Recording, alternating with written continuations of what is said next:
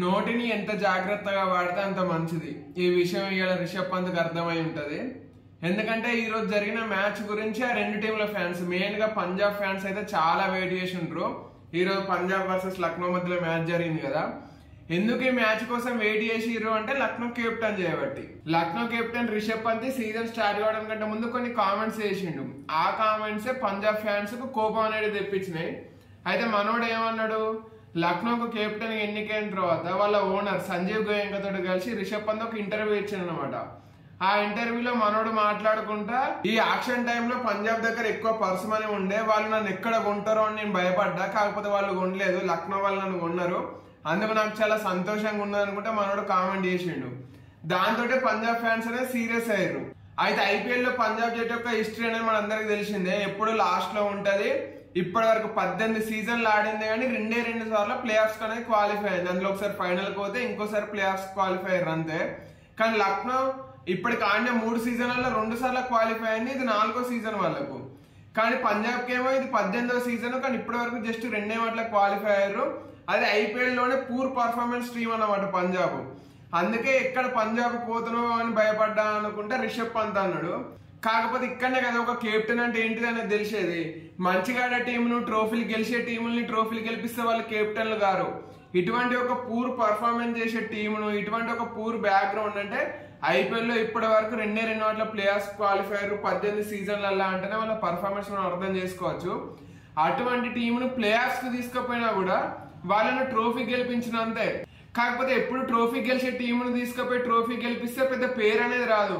కాకపోతే ఇటువంటి టీంను play offs కు తీసుకుపోయినా కూడా కెప్టెన్ కి రికగ్నేషన్ వస్తుంది అనమాట. శ్రేయస్ అయ్యర్ ప్లే ఆఫ్స్ కు తీసుకుపోతాడని అనుకుంటానా. నేను స్టార్టింగ్ లో నా టాప్ 4 టీములలో పంజాబ్ కింగ్స్ కూడా పెట్టినా, వాళ్ళు పర్ఫార్మెన్స్ కూడా అట్నే ఇస్తున్నారు. కాకపోతే రిషబ్ పంత్ కు 2 రకాలుగా దెబ్బ పడ్డది. ఈ రోజు పంజాబ్ పైన లక్నో ఓడిపోయింది, అదో దెబ్బ. అయితే మనోని పర్ఫార్మెన్స్ కూడా రాలేదన్నమాట. లాస్ట్ జరిగిన 2 మ్యాచ్లలో పెద్దగా పర్ఫార్మెన్స్ ఏం చేయలేదు రిషబ్ పంత్. మిగిలిన టీమ్మేట్స్ మెయిన్ గా మార్ష్ అట్నే పురాన్ చేయబట్టి గెలిచిండు. ఈ మ్యాచ్ లో కూడా పెద్దగా పర్ఫార్మెన్స్ అనేది చేయలేదన్నమాట. 5 బాల్లలో 2 రన్స్ కొట్టి అవుట్ అయ్యిండు. దాంతో ఇట్లా 2 రకాలుగా దెబ్బ పడ్డది. పంజాబ్ కింగ్స్ ఫ్యాన్స్ కు మనోడు మంచిగా దొరికిపోయింది అనమాట ట్రోల్ చేసుకోనికి. ఇక ఈ రోజు నుండి అంటే ఇప్పుడు మ్యాచ్ అయిపోయింది కదా, ఈ నైట్ నుండి ఇక రేపు నైట్ వరకు అంటే రేపు మళ్ళా మ్యాచ్ వరకు కూడా ఈ ట్రోలింగ్ అనేది జరుగుతూ ఉంటది. దాన్ని పక్కన పెడితే ఈ రోజు match Punjab Kings versus Lucknow super giants. ఈ మ్యాచ్ లక్నోలో జరిగింది. వాళ్ళకి ఇదే ఫస్ట్ హోమ్ మ్యాచ్ అన్నమాట. అయితే ఈ మ్యాచ్ లో టాస్ గెలిచిన పంజాబ్ ఫస్ట్ బౌలింగ్ తీసుకున్నది.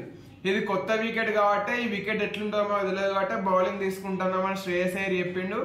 కాకపోతే వాళ్ళ హోమ్ వికెట్ కాబట్టి లక్నోకు తెలిసి ఉండాలి ఈ వికెట్ ఎట్లా బిహేవ్ చేస్తుందని. కాకపోతే వాళ్ళ బ్యాటింగ్ చూస్తే మాత్రం అట్లా అనిపించలేదు, వాళ్ళకి ఎట్లా బిహేవ్ చేస్తుందో తెలుసు అని. ఎందుకంటే పవర్ ప్లే లో 3 వికెట్లు కోల్పోయారు. ఈ సీజన్ లో ఫస్ట్ 2 మ్యాచ్లలో మంచిగా పర్ఫార్మెన్స్ చేసిన మిచెల్ మార్ష్ ఈ మ్యాచ్ లో గోల్డెన్ డక్ అవుట్ అయ్యిండు. హర్షదీప్ సింగ్ బౌలింగ్ లో మనోడు ఎదుర్కొన్న ఫస్ట్ బాల్ కే అవుట్ అయ్యిండు. ఇక ఆ తర్వాత మార్క్రమ్ ఒక 6 ఒక 4 అనుకుంటా మంచిగా కనెక్ట్ చేసింది, కానీ ఆ వెంటనే అవుట్ అయ్యిండు. ఆ వెంటనే రిషబ్ పంత్ కూడా నేను వికెట్ పైన నిల్చోవాలి, నేను కెప్టెన్, నేను బ్యాటర్, నేను ఇక్కడ వికెట్ పైన నిల్చొని ఉంటే కొన్ని రన్స్ ఏమన్నా వస్తాయన్న ఉద్దేశంలో ఏం ఆడలేదు. మనోడు వచ్చిండు, 5 బాల్ ఆడిండు, అవుట్ అయ్యిండు, పోయిండు. కాకపోతే నికోలస్ పురాన్, ఆయుష్ బాదోని వీళ్ళిద్దరు వికెట్లు పడకుండా ఆపిర్రు అన్నమాట. ఇంకొక వికెట్ వీళ్ళిద్దరు ఇట్లా ఇంకొక వికెట్ కనుక పవర్ ప్లేలు వచ్చి ఉండే నాకు తెలిసినంత వరకు లక్నో 120, 130 దగ్గర ఆగిపోయేది. కాకపోతే ఇవాళ వాళ్ళు 171 దగ్గర పోయిర్రు అన్నమాట.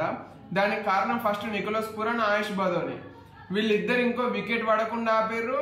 అట్నే కన్సిస్టెన్సీగా మరీ మొత్తానికి వికెట్ పడకుండా ఆపాలని మొత్తం డాట్లేం ఆడలేదు, ఓవర్కో బౌండరీ లెక్క కొట్టుకుంటూనే వచ్చిర్రు. రన్స్ కూడా స్కోర్ అనేది చేసిర్రు అనమాట.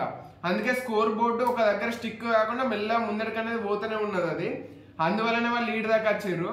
కాకపోతే పురాను, బాదోని వీళ్ళిద్దరు అవుట్ అయిన తర్వాత కూడా లెక్కకైతే ఎవరు లక్నో 150 క్రాస్ అవుతుంది అనుకోలేదు. కాకపోతే క్రాస్ కావడానికి మెయిన్ కారణం అబ్దుల్ సమాద్. అవును, మనోడే. SRH ఉండగా ఒక్కసారి కూడా ఇటువంటి సిచ్యువేషన్లలో అటువంటి నాక్స్ అనేది ఆడలేదు. కానీ ఈ రోజు అబ్దుల్ సమాద్ అన్న బ్యాటింగ్ పర్ఫార్మెన్స్ చూస్తే SRH ఫ్యాన్స్ అందరు ఏడవాల్సిందే, ఏడుస్తుండ్రు కూడా. ఎందుకంటే మనోడు 12 బాల్లలోనే 27 రన్స్ అనేటివి కొట్టినమాట. అందులోనూ 6 4 మనోడు భలే కొట్టినమాట. 4 ముఖ్యంగా అది ట్రెండ్ అవుతున్నది ప్రజెంట్ ఆ షాట్ అనేది. థర్డ్ మ్యాన్ సైడ్ ఫీల్డర్ పోతున్నాడని బ్యాట్ ని సడన్ గా వికెట్ కీపర్ సైడ్ తిప్పిండనమాట. ఆ షాట్ మాత్రం అందరికి భలే అనిపించింది. అట్లా అబ్దుల్ సమద్ లక్నో సూపర్ జెయింట్స్ కు ఇంత ముందు మ్యాచ్ లో మంచి ఇన్నింగ్స్ ఆడిండు, ఈ మ్యాచ్ లో కూడా మంచి ఇన్నింగ్స్ ఆడిండు. మనోడు ఏవట్టే వాళ్ళు 171 దాకా అనేది వచ్చిర్రు. ఇక ఆ తర్వాత 172 టార్గెట్ తోటి వచ్చిన పంజాబ్ కు ఫస్ట్ చిన్న దెబ్బ అనేది పడ్డది. లాస్ట్ మ్యాచ్ లో మంచిగా పర్ఫార్మెన్స్ చేసిన ప్రియాంక్ షారెన్ ఈ మ్యాచ్ లో అంతగానే ఆడలేదు. మనోడు తొందర అవుట్ అయ్యాడు. కాకపోతే ప్రభ్సిమ్రన్ సింగ్ మనోడిని రిటర్న్ చేసుకున్నది పంజాబ్ కింగ్స్. ఇది పంజాబ్ కింగ్స్ కు రెండో match. First match Gujarat Titans జరిగింది. ఆ మ్యాచ్ లో మనోడు పెద్ద పర్ఫార్మెన్స్ అనేది చేయలేదు అన్నమాట. మరి మనోడిని ఎందుకు రిటర్న్ చేసుకున్నారు, అట్లా పర్ఫార్మెన్స్ చేస్తలేడు కదా అనుకుంటున్న టైంలోనే ఈరోజు చూపించిండు తన ఎటువంటి బ్యాటర్, తన ఎటువంటి హిట్టరు అనేది ఈరోజు చూపించిండు. పొట్టిగానే ఉన్న గట్టి సిక్స్లు కొడతాను మనోడు ఈరోజు చూపించిండు అనమాట. మనోడు 200 కంటే ఎక్కువ స్ట్రైక్ రేట్ తోటి బ్యాటింగ్ చేసిండు. మనోడికి తోడు మనోడు అట్లా పవర్ హిట్టింగ్ చేస్తా ఉంటే లాస్ట్ మ్యాచ్ లో సూపర్ హిట్టింగ్ చేసి 97 నాట్అవుట్ తోటి నిలిచిన శ్రేయస్ అయ్యర్ యాంకర్ రోల్ పోషించడు అనమాట. సింగిల్స్ తీసుకుంటే హిట్టింగ్ చేస్తున్న ప్రభ్సిమ్రన్ సింగ్ కి ఎక్కువ స్ట్రైక్ అనేది ఇచ్చిండు. మనోడు దాన్ని నిలబెట్టుకున్నాడు కూడా. కాకపోతే ఇంత అద్భుతంగా బ్యాటింగ్ చేస్తున్న బ్యాటరు ఒక అద్భుతమైన క్యాచ్ కే అవుట్ అయ్యిండు. బౌండరీ దగ్గర ఇద్దరు బదోని, రవి బిష్ణోయ్ వీళ్ళిద్దరు కలిసి పట్టుకున్న క్యాచ్ కు మనోడు అవుట్ అయ్యిండు. బౌండరీ రోప్ ముందు బట్టి బదోని క్యాచ్ గాల్లోకి ఎగరేస్తే దాన్ని రవి బిష్ణోయ్ కంప్లీట్ చేసిండు అనమాట. ఈ క్యాచ్ కూడా ఈ ఐపీఎల్ లో one of the best catches అయ్యే ఛాన్సెస్ అనేది ఉన్నది. అయితే ఇంత అద్భుతమైన క్యాచ్ కి అంత అద్భుతంగా బ్యాటింగ్ చేస్తున్న మనోడు అవుట్ అయ్యిండు. ఇక ఆ తర్వాత కెప్టెన్ శ్రేయస్ అయ్యర్ కు నమన్దీర్ మనోడు తోడండి అనమాట. ముంబై ప్రొడ్యూస్ చేసిన మరో బ్యాటరు. అంటే మనోడు పంజాబే గానీ లాస్ట్ ఇయర్ వరకు ముంబై ఇండియన్స్ ఆడిండు. మళ్ళీ ఇయర్ తన హోమ్ టౌన్ అంటే తన హోమ్ సిటీ అయిన పంజాబ్ కింగ్స్ జట్టుగా ఆడుతున్నాడు. మనోడు వచ్చిన స్టార్టింగ్ లో ఇంకో వికెట్ పడద్దు అన్న ఉద్దేశంలో కొంచెం స్లోగా ఆడిండు. టార్గెట్ అప్పటికే దగ్గరికి వచ్చేసింది. అయినా వీళ్ళకి ఇంకో వికెట్ ఇయ్యొద్దు అన్న విషయంలో మరి ఎందుకు తెలియదు కానీ కొంచెం స్లో స్టార్ట్ చేసిండు అనమాట. కాకపోతే మనోడు ఇట్లా స్లోగా స్టార్ట్ చేయడం తోటి అప్పటి వరకు స్లోగా ఆడుతున్న శ్రేయస్ అయ్యర్ హిట్టింగ్ స్టార్ట్ చేసిండు. ఇక ఆ తర్వాత మ్యాచ్ అనేది ఎండింగ్ మూమెంట్ కి వచ్చేసరికి అంటే కొట్టాల్సిన రన్స్ ఉన్న బాల్ల కంటే తక్కువ వచ్చేసరికి మనోడు హిట్టింగ్ అనేది స్టార్ట్ చేసిండు. మెయిన్ గా శార్దుల్ ఠాకూర్ ను 2 6లు 4 అనేది కొట్టిండు. ఆ 16th ఓవర్లోనే మ్యాచ్ అనేది ఫినిష్ చేస్తాడు అనుకున్నా కానీ మనోడు ఫినిష్ చేయలేదు. అట్లా ఫినిష్ చేయకపోయేసరికి మ్యాచ్ అనేది 17th ఓవర్ కు పోయింది. ఆ 17th ఓవర్లోనే శ్రేయస్ అయ్యర్ తన హాఫ్ సెంచరీ పూర్తి చేసుకున్నాడు. మనోడు అప్పటి వరకు 46 బ్యాటింగ్ దగ్గర ఉండే. అప్పటికి కొట్టాల్సిన రన్స్ ఇంకా 16-17 ఉండే.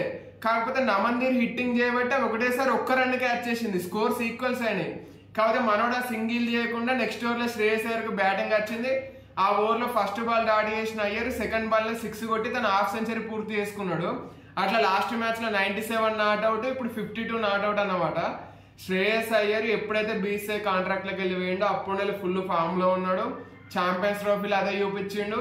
ఈ ఐపీఎల్ లో ఫస్ట్ మ్యాచ్ లో చూపించిండు, ఈ మ్యాచ్ లో చూపించిండు. రిషబ్ పంత్ 27 కోట్లు పెట్టుకుంటే ఇప్పటి వరకు మనోడు చేసిన పర్ఫార్మెన్స్ ఏం లేదు. కాకపోతే మనోడి కంటే జస్ట్ 25 లక్షలే తక్కువ శ్రేయస్ అయ్యర్ కు. కాకపోతే ఫస్ట్ మ్యాచ్ లో 97, ఈ మ్యాచ్ లో 52. అంటే శ్రేయస్ అయ్యర్ ఎటువంటి పర్ఫార్మెన్స్ చేస్తున్నాడు, మనోడు ఎటువంటి ఫామ్ లో ఉన్నాడు అనేది మనం అందరం అర్థం చేసుకోవచ్చు. కాబట్టి ఇప్పటి వరకు ఐపీఎల్ లో ఒక్కసారి కూడా ఆరెంజ్ క్యాప్ గెలవని శ్రేయస్ అయ్యర్ మరి ఇటువంటి బ్యాటింగ్ పర్ఫార్మెన్స్ ని కంటిన్యూ చేసి 2025 సీజన్ లో ఆరెంజ్ క్యాప్ గెలుస్తారని మీరు అనుకుంటున్నారా లేదా? అట్నే పంజాబ్ కింగ్స్ ను ప్లే ఆఫ్స్ కు అంటే తమ హిస్టరీలోనే 3వ అంటే ఈసారి వాళ్ళని ప్లే ఆఫ్స్ లోకి అడుగు పెట్టిస్తారని మీరు అనుకుంటున్నారా లేదా అనేది కామెంట్ చేసి నాకు చెప్పండి.